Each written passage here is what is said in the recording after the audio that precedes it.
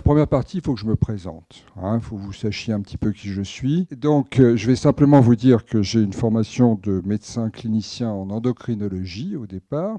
Et dès le début de mon internat, je ne concevais pas de faire ce métier sans faire de la recherche. Et donc, j'ai commencé un projet de recherche que j'ai développé sur les années de mon internat, en l'interrompant évidemment aussi.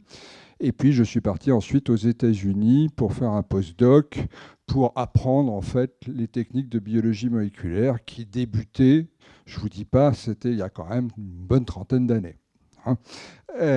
Ensuite, je suis revenu en France et j'ai eu pendant une petite dizaine d'années un poste de chercheur CNRS dans une unité INSERM avant d'être nommé PUPH en biologie, donc je suis plus en clinique, où j'ai fait d'abord, je me suis occupé d'un laboratoire commun de biologie moléculaire à Saint-Antoine, puis d'un laboratoire d'oncogénétique constitutionnelle à Cochin, et je suis devenu aussi chef du service de biologie hormonale, toujours à Cochin.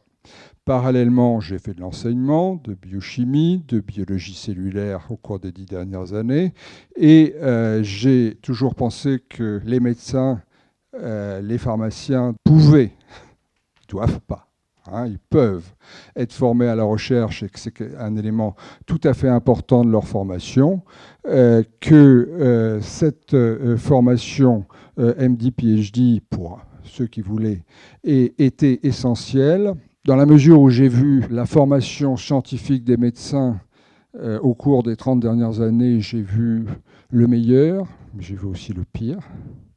Okay. Et donc, participer à une entreprise qui va vers le meilleur est vraiment tout à fait enthousiasmant. Donc, je suis heureux de cette nomination, comme Boris doit l'être également, et très enthousiaste pour ça. Et je voulais remercier le comité scientifique qui nous a sélectionnés pour diriger cette école de l'INSERM. Je voudrais remercier les membres de la Fondation Bettencourt-Schuller, l'INSERM, pour cette nomination. Je voudrais aussi et surtout remercier Jean-Claude Chottard et Philippe Hacher. Alors, je ne dis pas que nous, on va simplement repeindre les murs des chambres et faire le ménage et la vaisselle. Non, certainement pas. On va faire évoluer les choses, peut-être rajouter un étage, peut-être mettre un toit différent, peut-être on va faire évoluer la maison, mais en gros, la maison, c'est eux qui l'ont construit et je crois qu'on peut vraiment les remercier pour ça.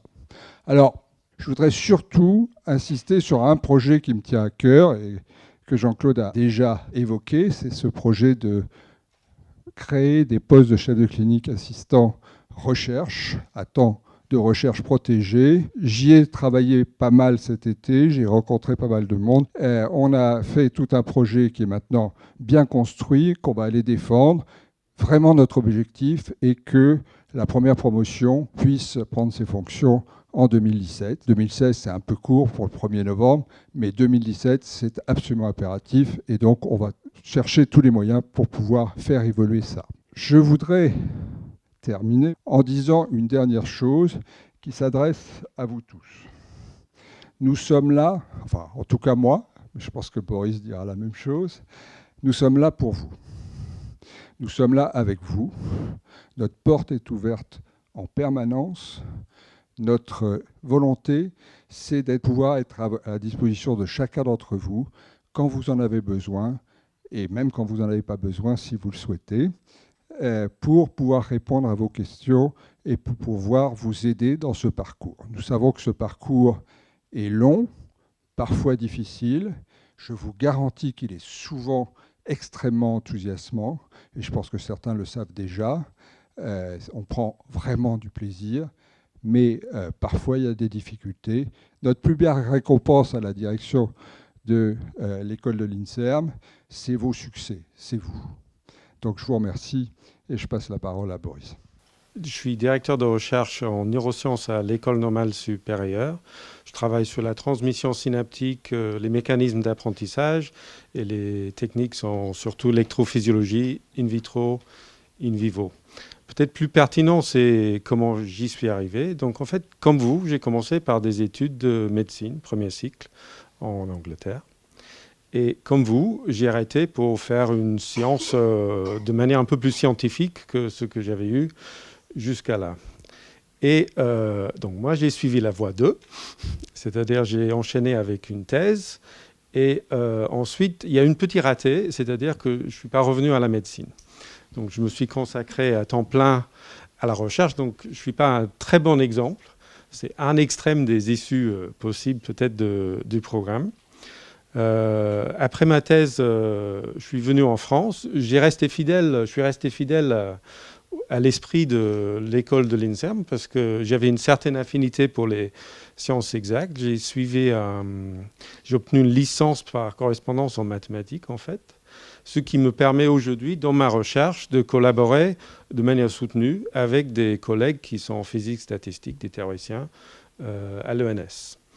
Donc, je me situe plutôt dans la partie recherche, l'articulation avec les sciences exactes.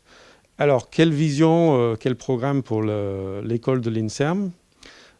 Le premier objectif, c'est de poursuivre dans la lancée qui, clairement, est déjà réussie. Et sinon, comme vision un peu plus globale, je fais la moitié de la carrière que vous avez choisie.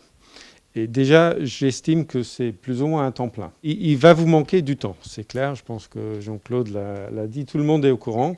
Et je pense que l'action de l'école de l'INSERM, c'est surtout de vous aider à gagner un peu de temps.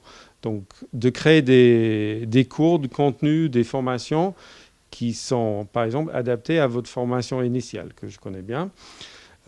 Mais qui vous permet d'aborder les problèmes, les techniques que vous allez rencontrer dans la recherche. On essaiera de vous mettre en relation avec les meilleurs chercheurs, ça vous gagnera de temps. Et peut-être plus important, Jean-Claude y a pensé déjà, vous pouvez, on va participer, vous devez vous entraider. Donc je pense que peut-être la fonction la plus importante de l'école d'INSERM, c'est le réseau que vous êtes en train de former. Donc je vais m'arrêter là. Merci.